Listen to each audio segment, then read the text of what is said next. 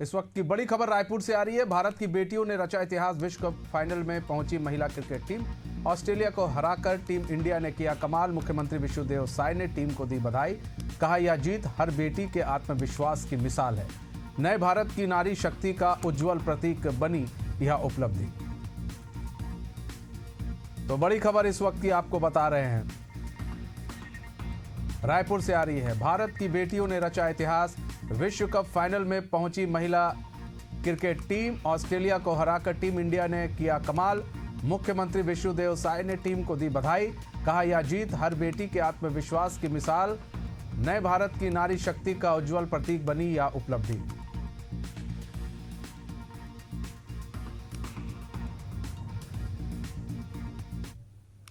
इसी बीच बड़ी खबर रायपुर से एक और आ रही है। छत्तीसगढ़ सरकार का बड़ा फैसला। 5 अधिकारियों को मिला वरिष्ठ श्रेणी वेतन। सामान्य प्रशासन विभाग ने जारी किया आदेश। बहादुर सिंह मरकाम, प्रकाश कुमार टंडन, गीता रायस्त को मिला लाभ। बंसिंग नेताम और देव सिंह उइके को मिला लाभ। सेवा अवधि और कार्य प्रदर्शन के आधार पर दी गई पदोन्नति। तो बड़ी खबर रायपुर से, छत्तीसगढ़ सरकार का बड़ा फैसला सामने आया है। 5 अधिकारियों को मिला है वरिष्ठ श्रेणी वेतन। सामान्य प्रशासन विभाग ने जारी किया आदेश।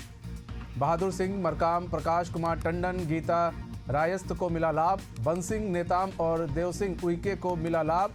सेवा अवधि और कार्य प्रदर्शन के आधार पर दी गई पदोन्नति।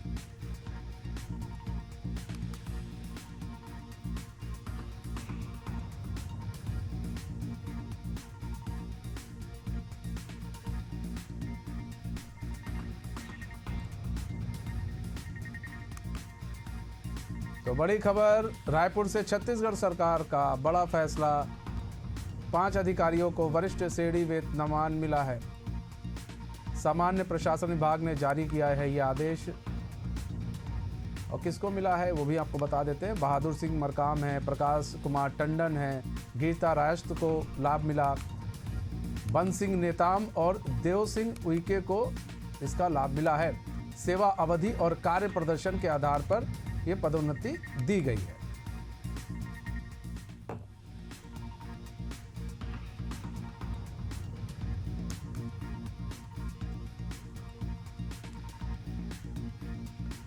तो हमारे साथ नदीम जुड़ चुके हैं, हमारे ब्यूरो हेड, फोन लाइन पर पूरी जानकारी के साथ। नदीम, छत्तीसगढ़ सरकार का बड़ा फैसला सामने आया है। 5 अधिकारियों को वरिष्ठ श्रेणी वेतनमान मिलेगा।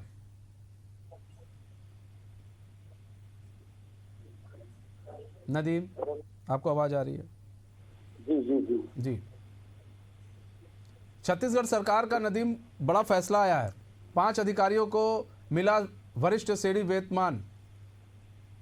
देखिए, आपको बताना चाहूंगा कि छत्तीसगढ़ सरकार ने 5 वरिष्ठ अधिकारियों को जो है वो बड़ा फैसला लेते हुए वरिष्ठ श्रेणी वेतनमान जो है वो यहाँ पर दिया है। इसमें सामान्य प्रशासन विभाग ने जो है आदेश जारी किए, जिसमें बहादुर सिंह मरकाम, प्रकाश कुमार टंडन, गीता रायस्त, बंसिंग नेताम और देवसी उइके को इसका जो है लाभ जो है वो मिलेगा। वही आपको बताना चाहूँ उनकी जो सेवा अवधि और कार्य प्रदर्शन के आधार पर जिस तरह से कार्य रिपोर्ट मिली, उस पर जो है उसके आधार पर जो ये पदोन्नति मिली है। इसमें 5 अधिकारी को जो है ये वरिष्ठ श्रेणी वेतनमान जो है का लाभ जो है वो दिया जाएगा।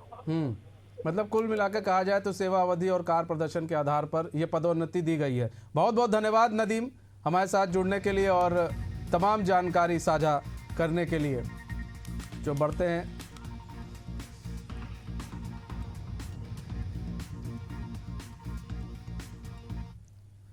इसी बीच बड़ी खबर रायपुर से आ रही है। लोधीपारा में 2 व्यापारियों के बीच झगड़ा। शराब के नशे में पंडरी के पास हुआ विवाद। दोनों पक्षों में मारपीट। एक को सिर पर चोट। सिविल लाइन थाना पुलिस ने दोनों आरोपियों को गिरफ्तार किया है।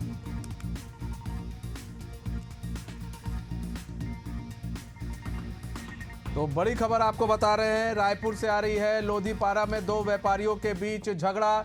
शराब के नशे में पंडरी के पास हुआ विवाद। दोनों पक्षों में मारपीट। एक को सिर पर चोट। सिविल लाइन थाना पुलिस ने दोनों आरोपियों को गिरफ्तार किया।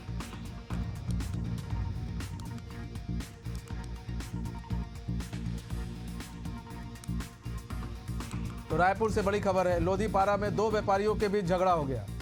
शराब के नशे में पंडी के पास ये विवाद हुआ है। दोनों पक्षों में मारपीट हुई, एक के सिर पर चोट आ गई। सिविल लाइन थाना पुलिस ने दोनों आरोपियों को गिरफ्तार कर लिया। फिलहाल मतलब दो व्यापारी आपस में भिड़ गए किसी बात को लेकर। कहा जा रहा है शराब के नशे में दोनों व्यापारी आपस में भिड़ गए। नदीम हमारे साथ जुड़ चुके हैं, हमारे ब्यूरो हेड पूरी जानकारी के साथ। नदीम, दो व्यापारियों के बीच जो है ये मारपीट हुई है, और ये मारपीट क्यों हुई है? इसमें एक कहा जा रहा है एक व्यापारी का सर भी फूट गया है, उसके सर में भी चोट आई है। देखिए, लोधीपारा जो है सिविल क्षेत्र में दो व्यापारी के बीच जो है झगड़े का मामला सामने आया है। हालांकि ये पूरा मामला जो है वो जो है शराब के नशे में पंडी के पास हुआ विवाद लगाया जा रहा है, और दोनों पक्षों में जो है जमकर मारपीट हुई, और मारपीट के दौरान एक के सिर पर जो है वो चोट आई है, जिसके बाद से जो है पुलिस थाने में जो है एफआईआर दर्ज किया है। उस दोनों के खिलाफ जो पुलिस वाले ने आरोपियों को गिरफ्तार जो है करके जो गिरफ्तार किया है। मतलब इस नशे की हालत से इस तरह से कई मामले सामने आ रहे हैं, और इसी तरह से लगातार जो है घटना को देखने को मिल रही, जो चिंता का विषय है। क्या ये पुरानी रंजिश थी जो दोनों व्यापारी आमने सामने आ गए? देखिए, अभी तो जो शुरुआती बात सामने निकल के आई है वो नशे की हालत में किसी बात को लेकर के दोनों के बीच जो है ये विवाद होने की बात कही जा रही है। मतलब कुल मिलाकर नशे की हालत में दोनों व्यापारी ने एक दूसरे पर हमला कर दिया, मारपीट की एक दूसरे पर, और जिसमें एक का सिर फूट गया। फिलहाल पुलिस ने दोनों को ही गिरफ्तार कर लिया। बहुत बहुत धन्यवाद नदीम हमारे साथ जुड़ने के लिए और तमाम जानकारी साझा करने के लिए।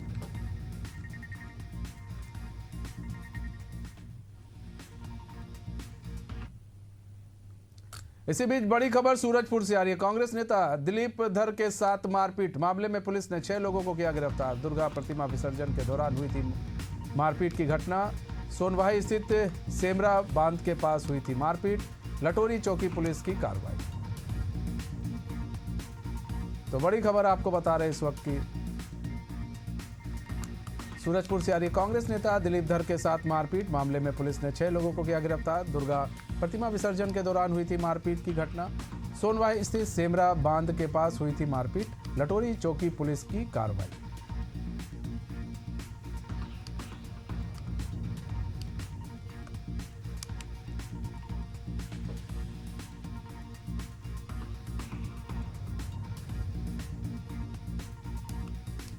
तो बड़ी खबर है सूरजपुर से। कांग्रेस नेता दिलीप धर के साथ मारपीट का मामला सामने आया है। मामले में पुलिस ने 6 लोगों को गिरफ्तार किया। दुर्गा प्रतिमा विसर्जन के दौरान मारपीट हुई थी। सोनवाही स्थित सेमरा बांध के पास हुई थी मारपीट। लटोरी चौकी पुलिस की कार्रवाई। मतलब कांग्रेस नेता के साथ मारपीट की घटना सामने आई है। पुलिस ने 6 लोगों को गिरफ्तार किया है। तो दुर्गा प्रतिमा विसर्जन के दौरान हुई थी मारपीट की घटना। सोनवाही स्थित सेमरा बांध के पास मारपीट हुई थी। लटोरी चौकी पुलिस की कार्रवाई।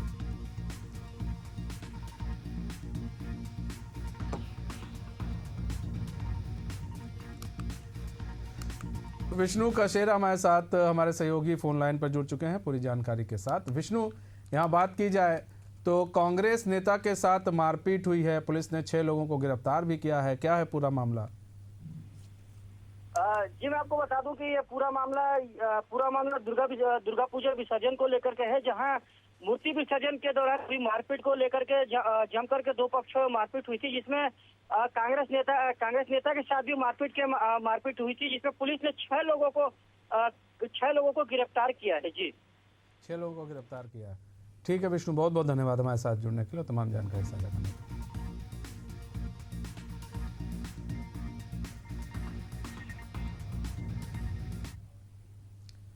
सावधान, अगर आप सोशल मीडिया या मोबाइल पर ज्यादा एक्टिव रहते हैं तो यह खबर आपके लिए बेहद जरूरी है।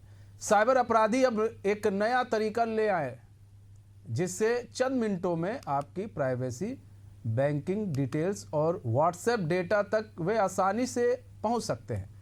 नई टेक्नोलॉजी के जरिए ये ठग अब पुलिस के लिए भी सिरदर्द बन गया है। आखिर क्या है ये नया साइबर ट्रिक और इससे आप कैसे बच सकते हैं, ये रिपोर्ट देखिए।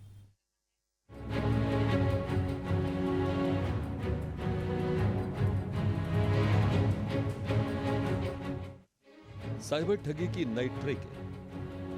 एक कोड बर्बाद कर देगा जिंदगी। डायल करते ही ठगों के हाथ में होगा कंट्रोल। कॉल डेटा और पर्सनल डिटेल्स होंगे फॉरवर्ड। खुद को मोबाइल कंपनी के कर्मी बताते हैं ठग। साइबर पुलिस ने जारी की एडवाइजरी। साइबर क्राइम के मामलों में अचानक इजाफा देखने को मिल रहा है। पुलिस के पास ऐसी कई शिकायतें पहुंची हैं जहां लोगों के व्हाट्सएप अकाउंट, बैंकिंग ऐप और यहां तक कि कॉल डिटेल्स तक चोरी हो रही हैं।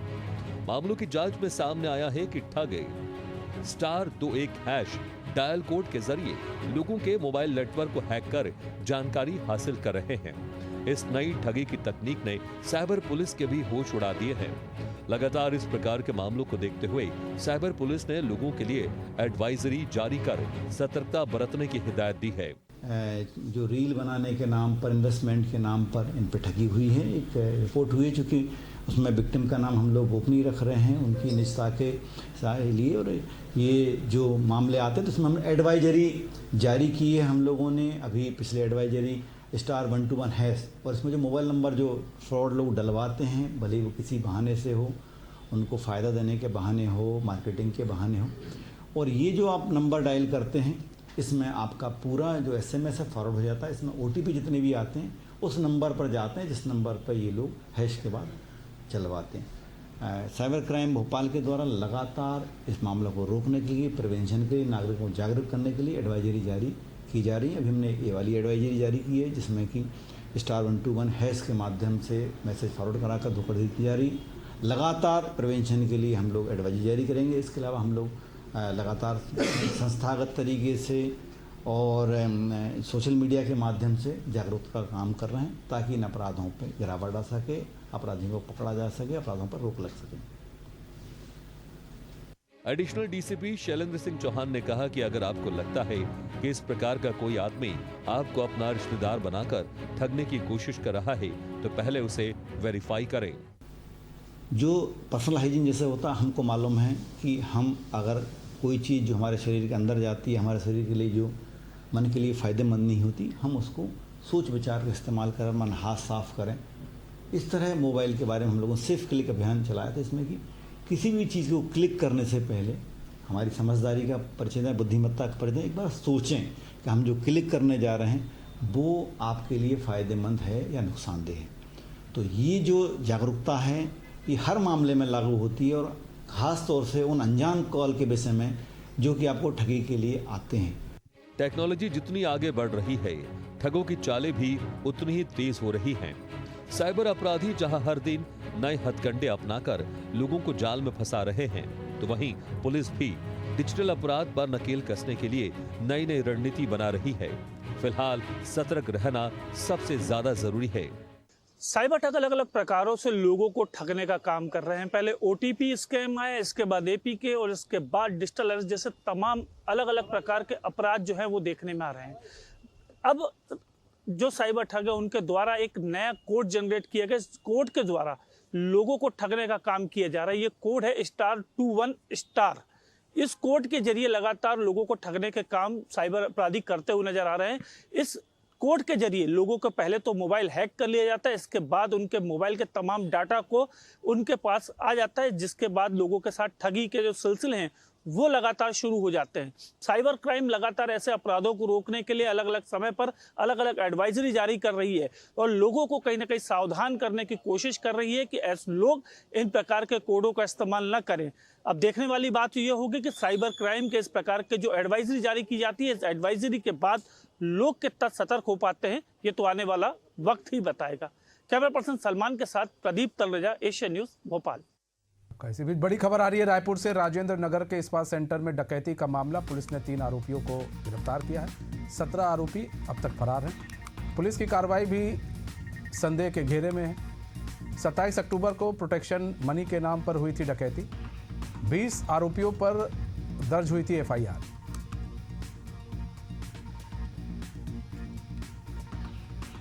तो बड़ी खबर है रायपुर से। राजेंद्र नगर के इस्पात सेंटर में डकैती का मामला, पुलिस ने 3 आरोपियों को गिरफ्तार किया है। 17 आरोपी अब तक फरार हैं। पुलिस की कार्रवाई भी संदेह के घेरे में। 27 अक्टूबर को प्रोटेक्शन मनी के नाम पर हुई थी डकैती। 20 आरोपियों पर दर्ज हुई थी एफआईआर।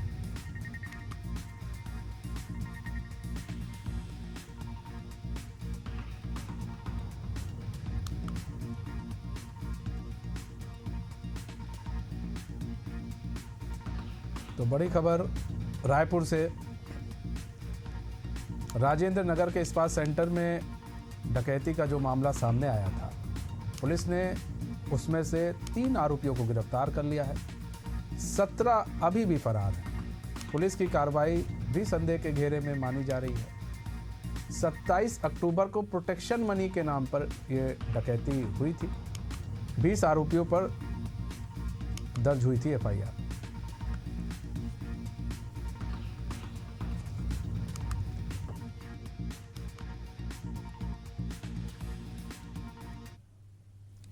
डबरा में बीते 4 दिनों से हो रही बेमौसम बारिश से किसानों की फसलों को खासा नुकसान पहुंचा है।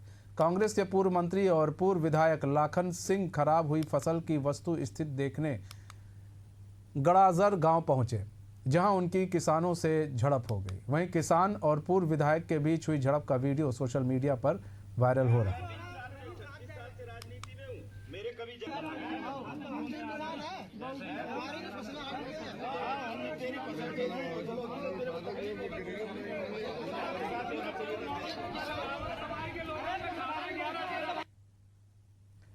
रायसेन में संगठन सृजन अभियान के तहत अखिल भारतीय महिला कांग्रेस की महत्वपूर्ण बैठक आयोजित की गई। बैठक की अध्यक्षता प्रदेश महासचिव और जिला पर्यवेक्षक कंचन लता शर्मा ने की। इस अवसर पर जिला अध्यक्ष पद के लिए कई महिलाओं ने अपने आवेदन और बायोडाटा प्रस्तुत किए। जिले की प्रभारी कंचन शर्मा ने सभी आवेदकों से व्यक्तिगत चर्चा कर उनके संगठनात्मक अनुभव, सामाजिक कार्यों और क्षेत्रीय योगदान की जानकारी ली।